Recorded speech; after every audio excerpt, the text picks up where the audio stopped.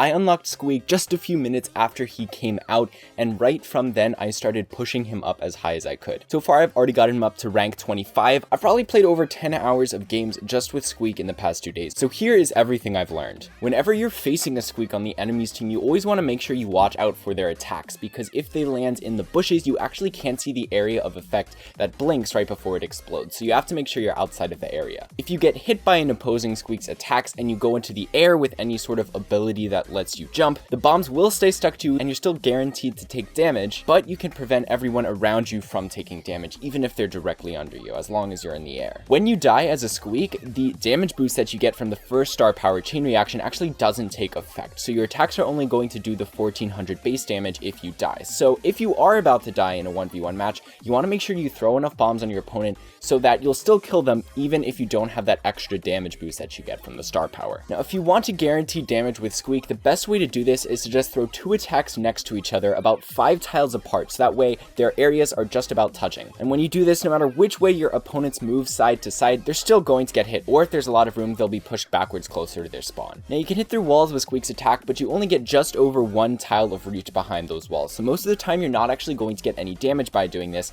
unless there's only 2 tiles of space behind the wall, so then your opponent won't be able to move out of the area of the attack. So you typically only want to stick your attack on the wall if you want to force someone to move away from that wall, or if you want to take a turret that's behind the wall. If you want to hit someone with auto aim when you're playing Squeak, the centers of your characters have to be 3.2 tiles apart or less, because otherwise if they're moving, your attack will miss. And that short of a distance doesn't happen too often when you're playing a ranged brawler like Squeak, so even at pretty close range, you're still going to need to manually aim if you want to hit your shots. But since that's pretty inconsistent, you do want to stay as far away as possible from your opponents most of the time. There are a lot of uses for your gadget. You can finish off a kill that's out of range. Typically you're going to do this when kills are extremely valuable in modes like knockout or bounty. You can also use your gadget right when you respawn if you want to help your teammates out by dealing some extra damage in the middle of the map, or you can use it to just scout out long channels of bushes if those exist on the map. For example, the map Turnaround in Heist. There's a huge passageway just of bushes, and if you want to ensure that there's no one defending in that area, you can quickly use your gadget and scout the entirety of it out before you go in and risk dying. When playing Squeak, tick heads are your worst nightmare, so you really want to get your teams to take them if it's possible, but if not, and you are faced against a tick head, you really want to make sure you just hit it as early as possible, because it takes 1.15 seconds for your bombs to explode. So if you don't attach the 2 bombs that you need to take it out 1.15 seconds before it's within range of you, then your bombs aren't going to take it out quick enough. So if you don't hit your shots on the tick head really early, just don't waste your ammo, try to heal up if you can, and then just tank the damage, because that's the only way out of it. You're going to get the most value out of your super on maps that are really tight and have a lot of walls,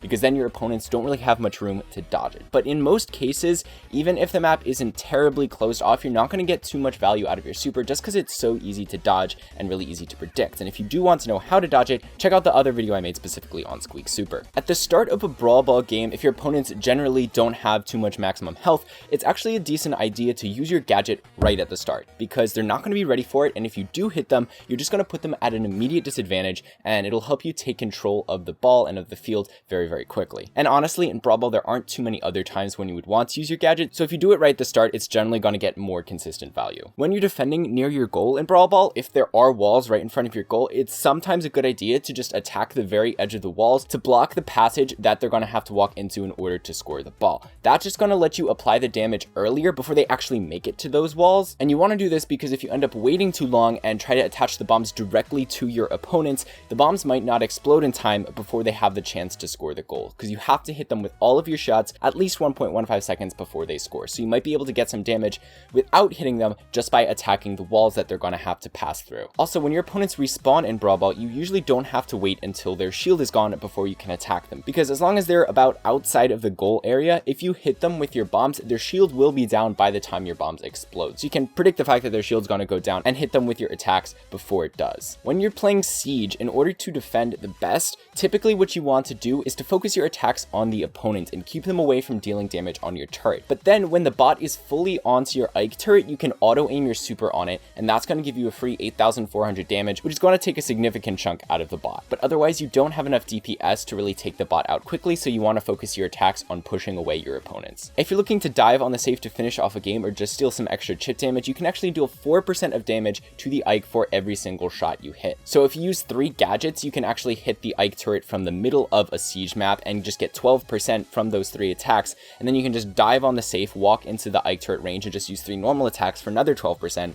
And if you also hit your super on the Ike, which honestly you should be trying to do just during the normal sieges, you can deal 21% more damage on top of that. In Heist, you don't have too much DPS because your reload speed is so slow, so you want to play like you would with Jessie, Nita, or Colette, where you're very super reliant. You want to start off defensive until you can charge up your super, then you want to aggro on the safe, ensure you get the full damage that you can on the super, and then you can go back to playing defense until you get your super again. When you're supering onto the safe, if there is anyone nearby, you have to make sure you're manually aiming, because you don't have to be pixel perfect to actually hit the max damage and get all of your bombs to explode on the safe. There is a bit of wiggle room there, so it's perfectly fine to manually aim as long as you know exactly where you need to be aiming to do that max damage. Typically, I've found that aiming ever so slightly closer to the front side of the safe tends to get me more bombs than if I was aiming where I think the exact center of the safe is, so do keep that in mind. But you want to take as much time as possible to ensure that your aim on the super is perfect, because if you're off by a little, you'll end up missing a lot of damage. But in the case when no one is really near you and you're on the safe, just auto aiming is going to be your best bet to ensure you get the max damage. So you never want to run Squeak on any open maps like Backyard Bowl or Shooting Star, because he gets outranged by pretty much every good brawler on those maps, and so you're never going to be able to win a lane because his range just isn't long enough. So if you're trying to push him, focus on maps that have more walls, so that way you can get closer to opponents without taking a lot of damage. In terms of what modes to play, Squeak works best when you're playing with randoms